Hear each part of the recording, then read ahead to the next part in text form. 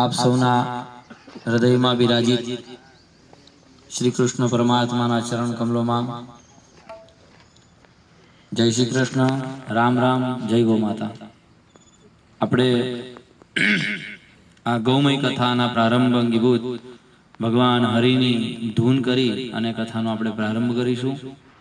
અહીંથી પૂર્વાર્ધ બોલાશે વ્યાસપીઠ પરથી, અને ઉત્તરાર્ધની અંદર જે ગોપાલક ઉપસ્થિત છે એ લોકોએ આપણે ઝીલવાનું છે. તો એક ધૂન દ્વારા હરિના સ્મરણથી આપણે ગૌ કથાનો પ્રારંભ કરીએ. કૃષ્ણ કનૈયા લાલ કી જય. હે ગોપાલ રાધા કૃષ્ણ ગોવિંદ ગોવિંદ, હે ગોપાલ રાધા કૃષ્ણ ગોવિંદ ગોવિંદ, હે ગોપાલ રાધા કૃષ્ણ ગોવિંદ ગોવિંદ, હે ગોપાલ રાધા કૃષ્ણ ગોવિંદ ગોવિંદ, હે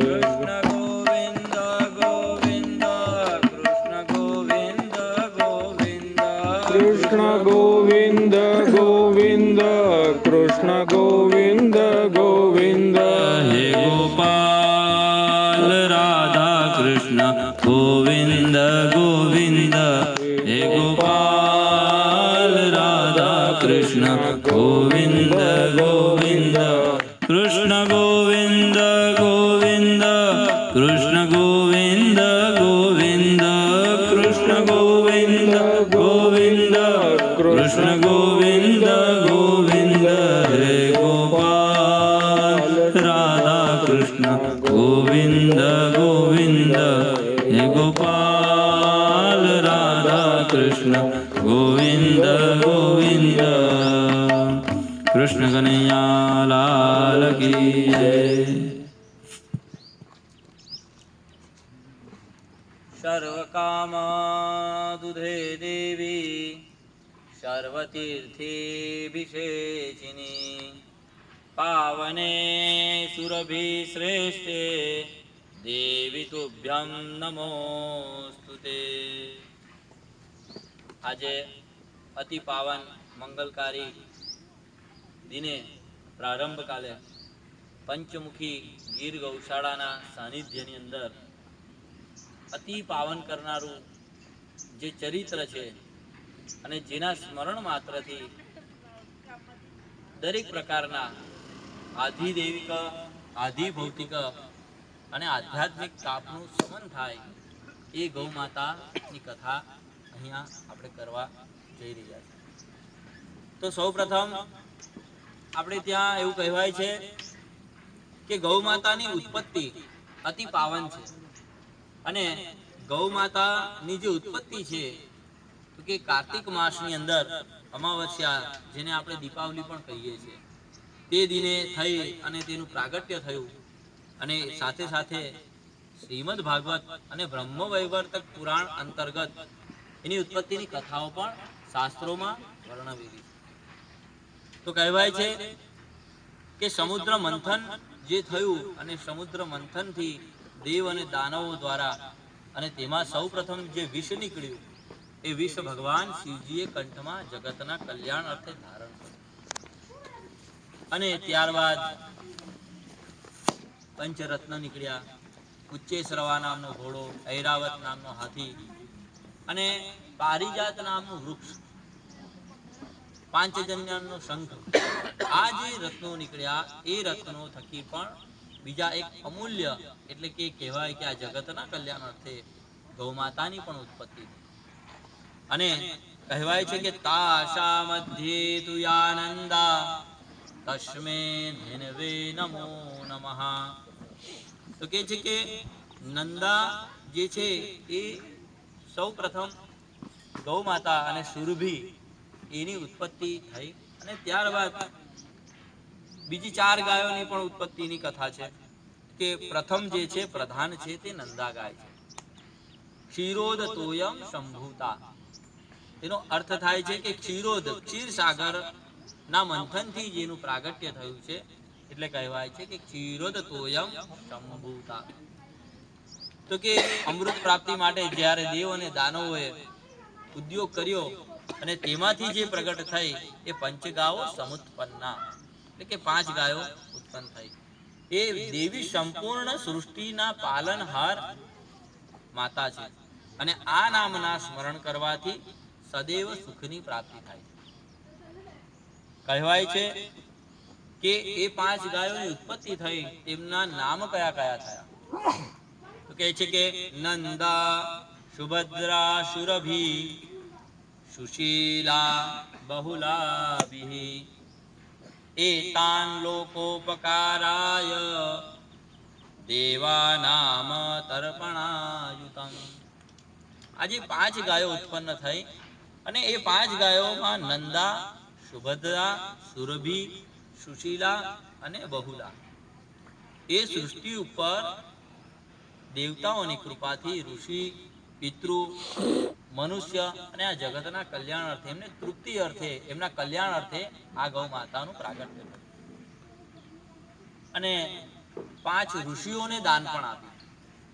તો કે એ ઋષિઓની સંસ્કૃતિમાં એ ઋષિઓએ આ જગતના કલ્યાણ અર્થે, જગતને જે વેદ આપ્યા, ઉપનિષદો આપ્યા, જે સમાજની સંરચનાઓ આપી, તેમાં આ ઋષિઓનું સૌથી મોટું યોગદાન છે. કહેવાય છે કે જમદગ્નિ, ભરદ્વાજ, વસિષ્ઠાતિ ગૌતમા જગહુ કામદા પંચ ગાવો વૈ તથા.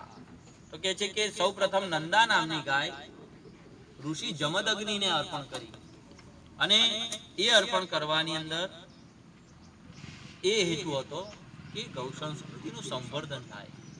ઋષિઓના વનની અંદર, ઋષિઓના આશ્રમોમાં એ ગૌ માતાનું પૂજન થાય, ગૌ માતાનું પાલન થાય. અને ઋષિઓ એ આજના સમય, સાંપ્રત સમયમાં જોઈએ તો કેવા હતા કે રિસર્ચ કરનારા, આપણે આજે સાયન્ટિસ્ટ કહીએ છીએ બધાને, તો કે સંશોધન કરે છે અને સમાજને જે કોઈક ઉપલબ્ધિ પ્રાપ્ત થાય પછી સમાજની સુવિધા અર્થે એ મૂકે છે. તો ઋષિએ એ સંશોધન કર્યું કે ગૌ માતાના પંચગવ્યમાંથી, તેના દૂધમાંથી, એના ઘીમાંથી અલગ અલગ શરીર ઉપર, પ્રકૃતિ ઉપર પ્રયોગો કર્યા અને એનાથી જે પરિણામો મળ્યા એને સિદ્ધાંત તરીકે આપણને સ્મૃતિ ગ્રંથો તરીકે આપ્યા, આયુર્વેદના ગ્રંથો તરીકે તેમાં વિસ્તાર કર્યો. તો કે એ જે કાર્તવીર્ય રાજા હતા હયય વંશના, તે મહાન રાજા થઈ ગયા અને જમદગ્નિ ઋષિના આશ્રમમાં આવ્યા અને તેમને આશ્ચર્યમાં મૂકી દીધા. તો કે પોતાનું સૈન્ય લઈને આવ્યા રાજા અને જોયું કે ઋષિના આશ્રમમાં દેવ સેવા, નિત્ય સેવા, ગૌ સેવા આ બધું થઈ રહ્યું છે, પરંતુ આટલું બધું સૈન્ય છે, તેની આગતા, સ્વાગતા, ભોજન ઇત્યાદિ પદાર્થોની વ્યવસ્થા એ કેવી રીતે શક્ય બને આ વનવગડામાં? તો ઋષિઓએ કહ્યું કે તમે સ્નાન ઇત્યાદિ કરી અને તમે આવો ત્યારે તમારી બધી જ સુવ્યવસ્થાઓ પાઈ જશે. અને ત્યારે કહેવાય છે કે જમદગ્નિ જે ઋષિ થયા તેમણે નંદા નામની ગાયને વંદના કરી, પ્રાર્થના કરી અને એના પ્રતાપથી ઘણું મોટું સૈન્ય હતું પણ ક્ષણ માત્રમાં તેની બધી વ્યવસ્થાઓ ત્યાં થઈ. ઉત્તમ પ્રકારના પદાર્થો, ઉત્તમ પ્રકારના ભોજનો, રસથી ભરેલા પદાર્થો ત્યાં મૂકવામાં આવ્યા અને એ ભોજન કરી અને કાર્તવીર્યનું સૈન્ય અત્યંત પ્રસન્ન થયું અને કુતૂહલ થવા લાગ્યું એ રાજાને કે અમારા રાજ દરબારમાં આટલા બધા ભોગ હોય છે, પરંતુ એની મધુરતા, એની દિવ્યતા, એના માટે કેટલા માનવી શ્રમ લાગે આ બધી વ્યવસ્થા કરવા માટે, પરંતુ માત્ર અહીં ઋષિ ગૌ માતાના સાનિધ્યમાં રહી અને આટલી સુચારુ વ્યવસ્થા કેવી રીતે બનાવી શકે? તો એ નંદા ગાય માના પ્રભાવથી તે કરી શક્યા હતા. એટલે સ્વયં તે કામધેનુ સ્વરૂપ હતી. બીજી ગાય સુભદ્રાજી, તો કે એ મહર્ષિ ભરદ્વાજને અર્પણ કરી અને ભરદ્વાજજીનો એક પ્રસંગ છે કે ભરત સહિત અવધવાસીઓનું સ્વાગત જ્યારે આવ્યા ત્યારે સુભદ્રાજીના ગાયના પ્રભાવથી એ ભરદ્વાજજીએ તેમનું આતિથ્ય સત્કાર કર્યો. એવું મહાત્મ્ય રામાયણ કાળમાં પણ છે. જ્યારે રામજી વિજય થઈ આવ્યા તો પ્રયાગ, દેવ પ્રયાગ આવ્યા ત્યારે ભરત રામ સહિત એમના પરિકરનું સ્વાગત, આતિથ્ય સુભદ્રાજીના પ્રભાવથી તે મહર્ષિ ભરદ્વાજજીએ કર્યું. તો કે આવા અનેક પ્રકારના ઋષિઓને આ ગાયોનું દાન આપી અને તે ઋષિઓ ગાયોનું પાલન કરતા, ગાયોનું સંવર્ધન કરતા, ગૌ માતાને પોતાના કરતા પણ શ્રેષ્ઠ રીતે તેમને સમર્પિત ભાવથી રહેતા. અને તેથી જ કહે છે કે માતર સર્વભૂતાનામ ગાવઃ સર્વ સુખપ્રદાઃ. તો કે માતર સર્વભૂતાનામ, તો કે આ જગત પરના કોઈ પણ જલચર પ્રાણી હશે, નભચર પ્રાણી હશે, અથવા તો માનવ સંસ્કૃતિના માનવ હશે, એટલે કે માનવીઓ હશે, તો કે માનવ જગતના મનુષ્યો માટે પણ આ સર્વ સુખપ્રદા છે. તો કે મનુષ્ય ગૌ માતાને શું આપી શકે? તેનાથી અનેક ગણું માના સ્વરૂપમાં માં એક બાળકને પોષણ આપે, સંસ્કાર આપે, એનું ઘડતર કરે અને તેના જગતમાં સમર્થ બનાવે. એવી રીતે જેની પાસે વાણી નથી, પરંતુ તેની પાસે 33 કોટી દેવ પોતાના દેહમાં સમાવી અને આ જગતના માનવના સંતાનરૂપી માનવને અખૂટ સંપત્તિ આપે છે. આરોગ્યના અર્થની અંદર ગણીએ અથવા તો સદગુણોના અર્થની અંદર ગણીએ, કાં તો પંચગવ્ય દ્વારા પણ તેનું સેવન કરવાથી માનવની બુદ્ધિ પણ તીવ્ર બને છે, માનવનું શરીર નિરોગી બને છે. તો કે આવા અનેક પ્રકારના ઋષિઓ દ્વારા કહ્યું છે કે સર્વ સુખપ્રદા જીવન, એટલે કે સાંપ્રત સમયની સમસ્યાઓનું સંપૂર્ણ સમાધાન કોઈ આ જગતમાં હોય તો તે માત્ર ને માત્ર ગૌ માતા છે. કહ્યું છે કે તુલસી એ કલ્પવૃક્ષ છે. તુલસી એ કલ્પવૃક્ષ છે. તમે તેની પાસે જે માંગો એ મળે તમને, પરંતુ મોક્ષ તેની પાસે માંગો તો મોક્ષ તેમને મળતો નથી. મોક્ષ આપનાર તુલસી નથી. કે અયોધ્યાના ગોપાળાનંદજી સ્વામી એમ કહેતા કે પરંતુ જ્ઞાન, ભક્તિ, વૈરાગ્ય માંગશો તો નહીં મળે. આ બધું જ પ્રાપ્ત ગૌ માતા કરાવે છે. ગૌ માતાની સેવાથી જ્ઞાન પણ પ્રાપ્ત થાય, ભક્તિ પણ પ્રાપ્ત થાય અને વૈરાગ્ય પણ પ્રાપ્ત થાય. કારણ કે ગૌ માતાની સેવા કરનાર એ તો આર્થિક ઉપાર્જન કરે જ છે. એ કૃષિ કરતા હશે તો કૃષિને સંપન્ન કરે જ છે, માનવીય જીવનને ઉત્કૃષ્ટ જીવન, સર્વાંગી વિકાસ કરે છે. પરંતુ અંતે માનવીએ શું કરવાનું છે? તો કે મોક્ષ તરફ ગતિ કરવાની છે. અને તેનામાં વૈરાગ્ય અને ત્યાગ ભાવના હોવી જોઈએ.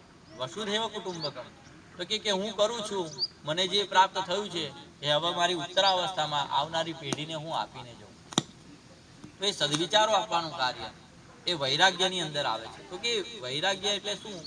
તો કે કુટુંબ પરિવારથી દૂર થવું, એવું નહીં. સંસારમાં રહીને પણ ત્યાગ ભાવના રાખી, સમર્પણ ભાવના રાખી, મને જે પ્રાપ્ત થયું છે તે બધું હું બીજા માટે પણ આપું, અને એ જે કરવું તેનું નામ છે ત્યાગ. તો કે ગૌ માતાથી આપણને મોક્ષની પ્રાપ્તિ પણ થાય છે. સુરભી છે, તો કે સુરભી તો શ્રેષ્ઠ છે, દેવોને પ્રસન્ન કરે છે અને વેદોમાં તેનું વર્ણન છે. ઋષિઓએ 5000 વર્ષ પહેલા અનુભવ્યું અને જોયું કે ગૌ માતાના પાલનથી, ગૌની સમીપ રહેવાથી કેટલા પ્રકારના રોગ દૂર થાય છે, મન શાંત થાય છે, ચંચલતા દૂર થાય છે. આજે 21મી સદીનો કાળા માથાનો માનવ જ્યારે હરણફાળ પ્રગતિ કરી રહ્યો છે દેશ વિદેશમાં, ત્યારે આજે શાશ્વત સમાધાન કોઈકની પાસે નથી. આજે વિજ્ઞાનમાં અથવા તો અલગ અલગ વિભાગની અંદર આગળ વધતો માનવ, ઇન્ફ્રાસ્ટ્રક્ચર વધી રહ્યું છે, પરંતુ આપણે જોઈએ છીએ તો કે માનવીની અંદર પ્રમાણિકતાનો અભાવ છે, પ્રેમનો અભાવ છે, સ્નેહનો અભાવ છે, આત્મીયતાનો અભાવ છે, દયાનો અભાવ છે. તો કે આ અભૌતિક ગુણો છે, આ અભૌતિક ગુણો જે છે એ ક્યારે જીવનમાં આવે? તો કે ગૌ માતાના સેવનથી, ગૌ માતાના પાલનથી, તેના સમીપ રહેવાથી, તેની સંસ્કૃતિ સાથે રહેવાથી માનવી અને જીવનમાં સહજતાથી આ ભૌતિક ગુણો આવી જાય છે. અને આ અભૌતિક ગુણો છે તેને તમે જોઈ શકતા નથી, તેને સ્પર્શ કરી શકતા નથી, માત્ર તેને અનુભવી શકો છો. કોઈકને પ્રેમ કરો તમે તો બદલામાં તમને વળતરમાં ક્યારેય તકલીફ પડે અને આપણી વૃદ્ધાવસ્થા આવે ત્યારે કોઈક આપણને શબ્દો, પ્રેમ જે છે એ શબ્દોમાં વ્યક્ત ક્યારે થતો નથી, એ કૃતિથી વ્યક્ત થાય છે.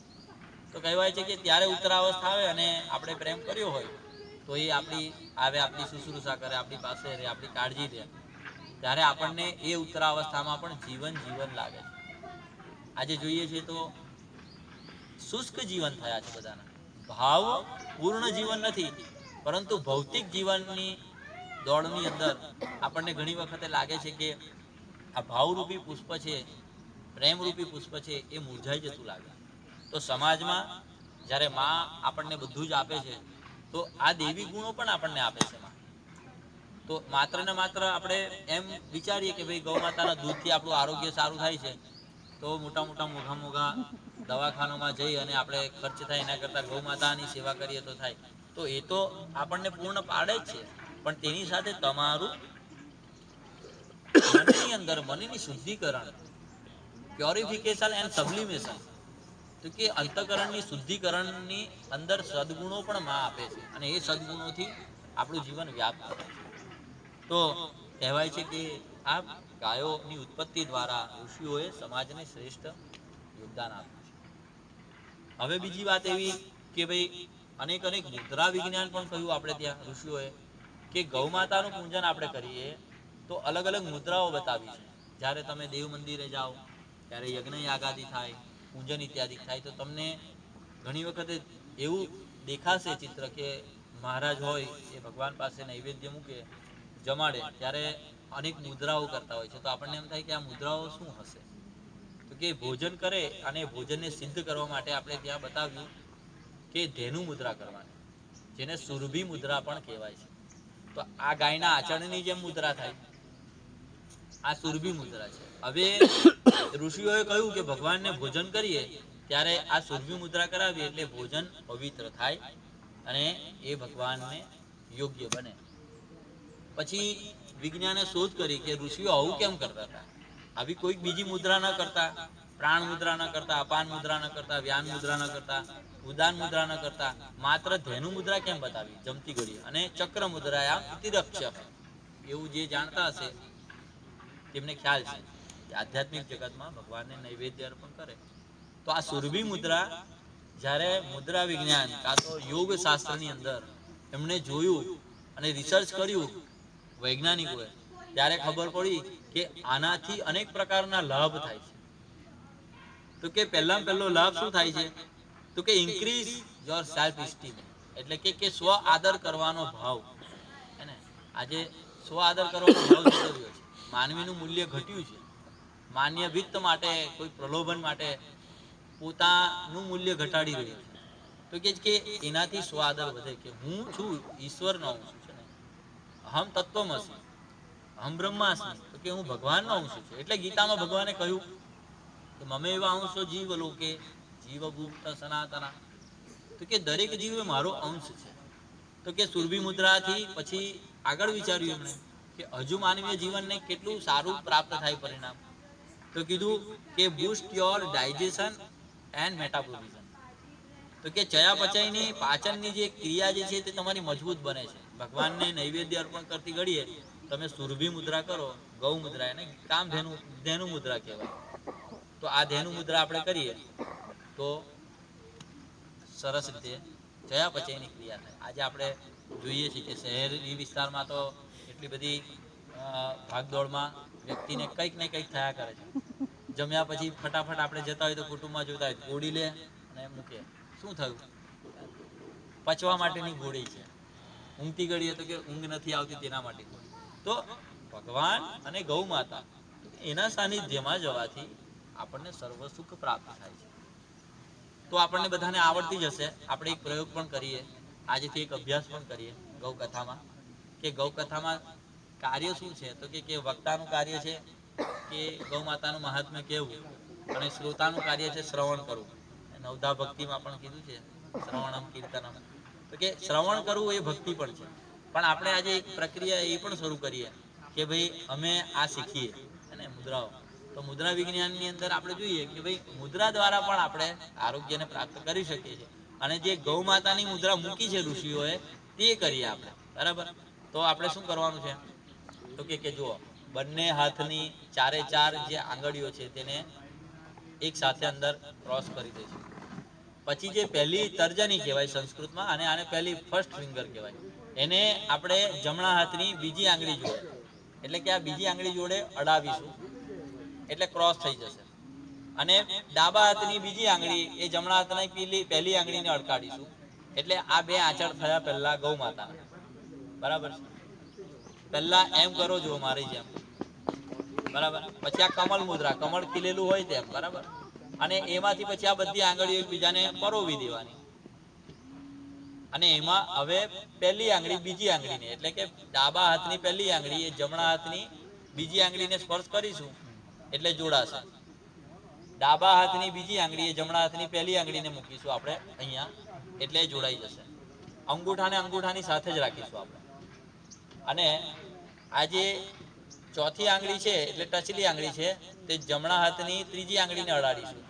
આ જો મારી આ હલે છે તે ડાબા હાથની છેલ્લી આંગળી છે.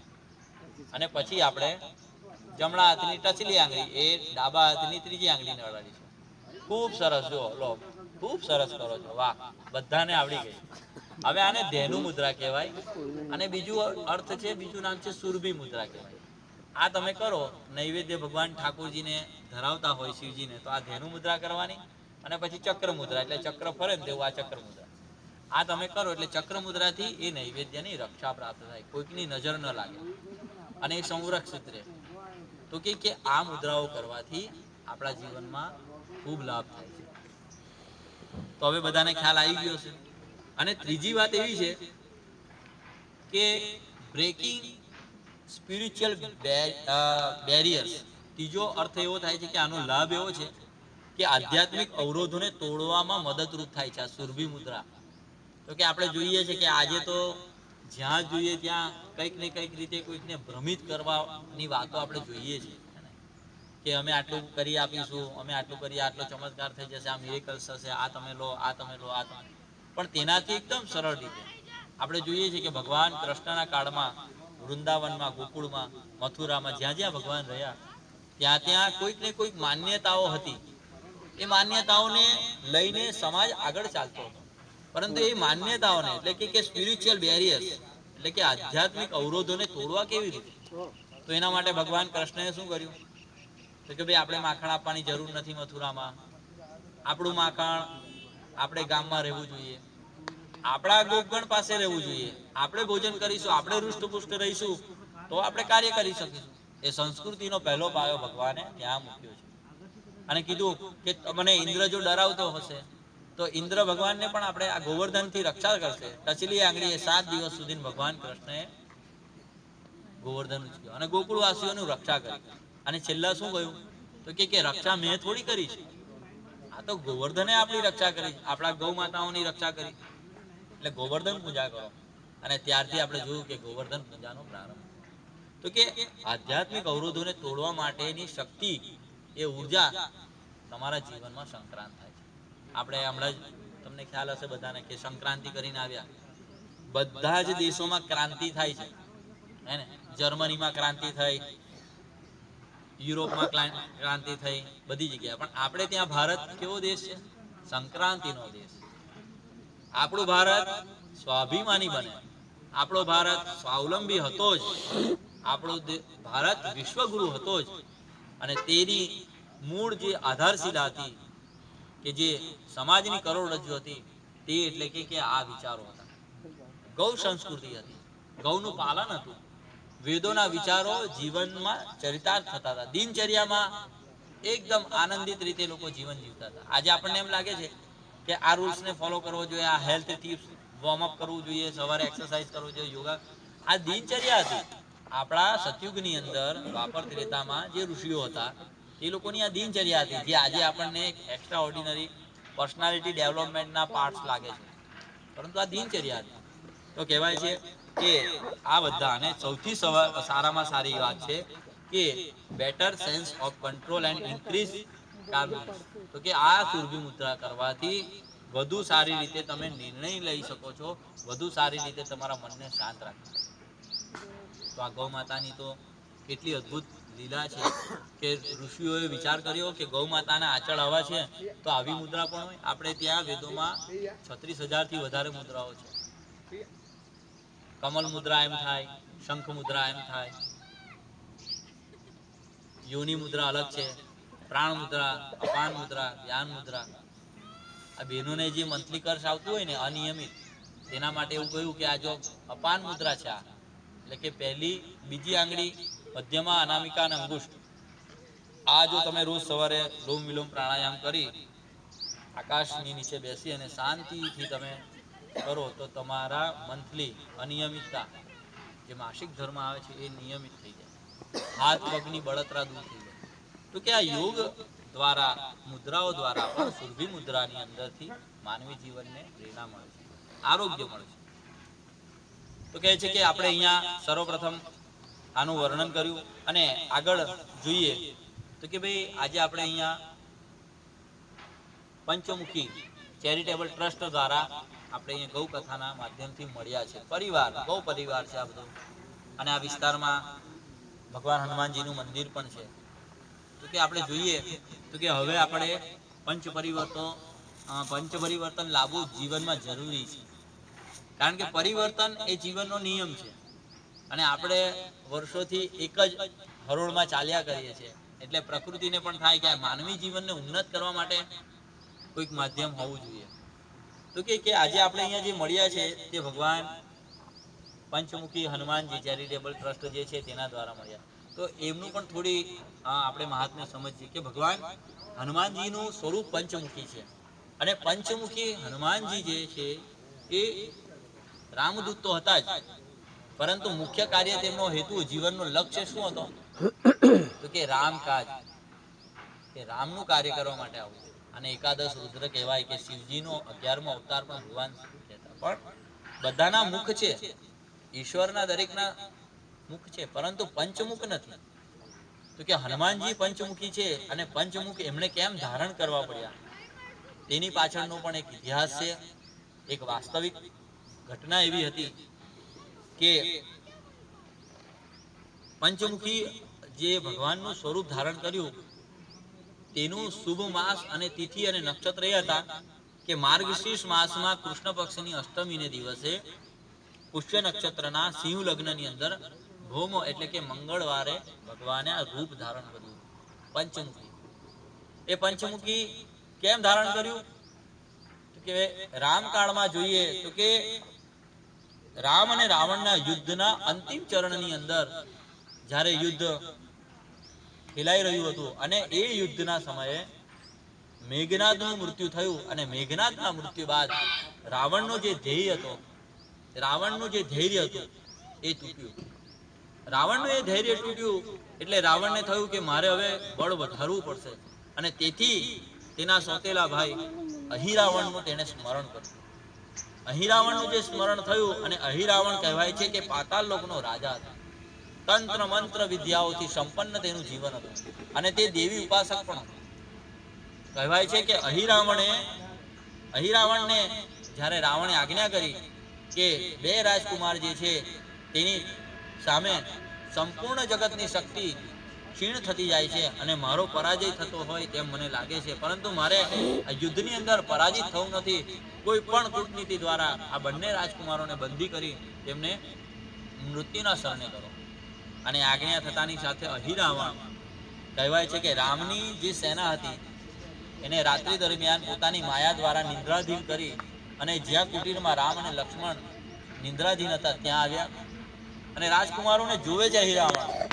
તેમનું દૈદિત્યમાન શરીર અને તેમનું તેજ, તેમની સુંદરતા, તેમની કોમળતા, સહજતા અને તેમના મુખારવિંદ પર અત્યંત નિશ્ચિંતતા હતી.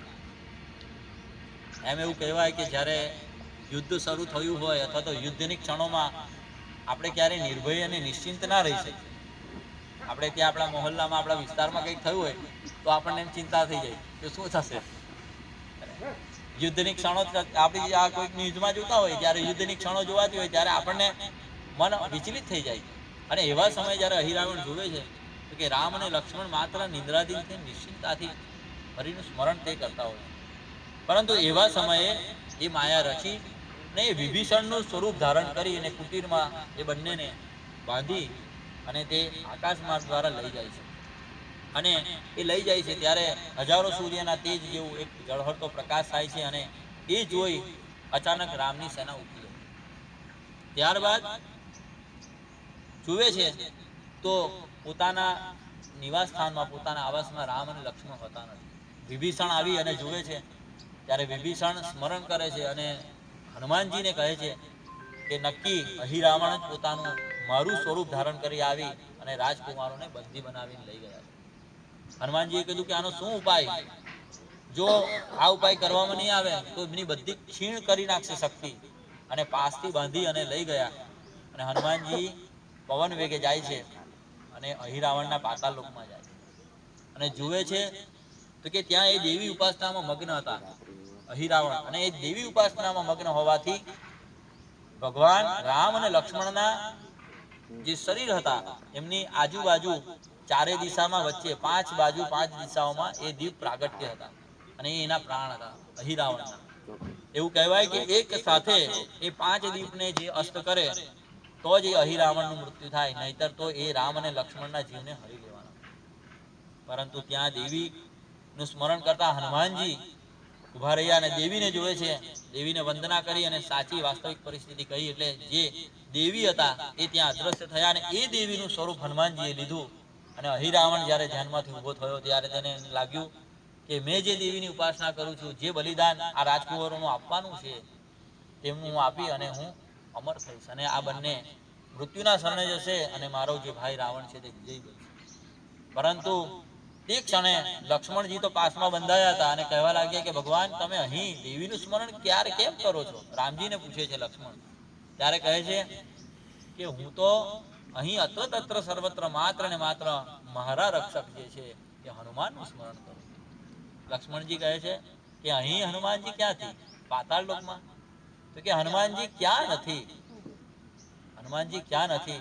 કારણ કે આ જગતમાં રામજી એમ કહ્યું કે જગતને જ્યારે સંકટ પડે, જગતને જ્યારે દુઃખ લાગે, જગત જ્યારે નિરાશ થાય ત્યારે એ મારી શરણે આવે છે.